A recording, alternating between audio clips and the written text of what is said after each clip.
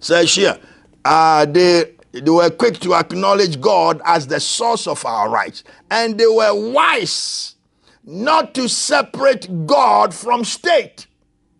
You see, that so-called separation of state and church, that is never in the Constitution. That's right, man. Was never part of the Constitution. The separation of church and state. Never. That sentence was never. It's not been. It was just a casual talking that Thomas Jefferson and another person were talking, and they meant that we should never allow the state, to encroach upon the church. That's all they are saying. Separation. The church should have its freedom. Freedom not controlled by the state.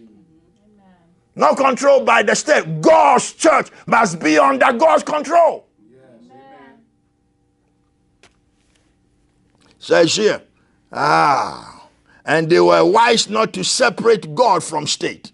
The placement of Judeo-Christian values. You see where we get our values? You see where America gets its values?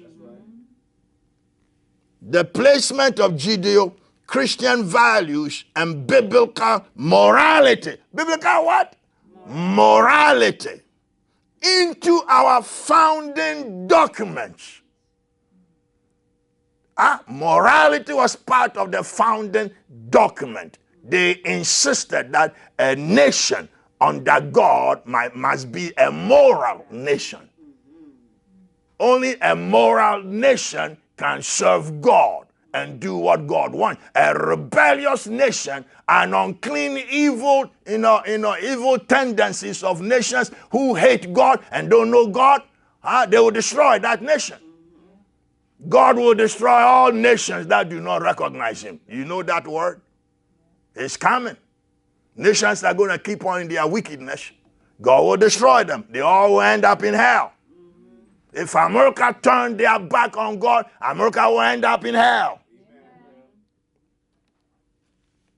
It says here, the placements of Judeo-Christian values and biblical morality into our founding documents and laws was clearly intentional, because they are calling on God to help them.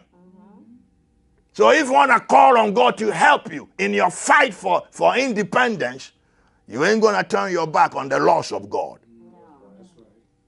So it says here, into our founding documents and laws, which was clearly intentional. As Benjamin Rush, I'm going to talk about this man later. As Benjamin Rush, one of the founding fathers, said, this is what he said. He's one of those founding fathers who signed the Declaration of Independence. Okay? Without religion, there can be no virtue. And without virtue, there can be no liberty. And liberty, now notice, why was this nation, set up as a republic?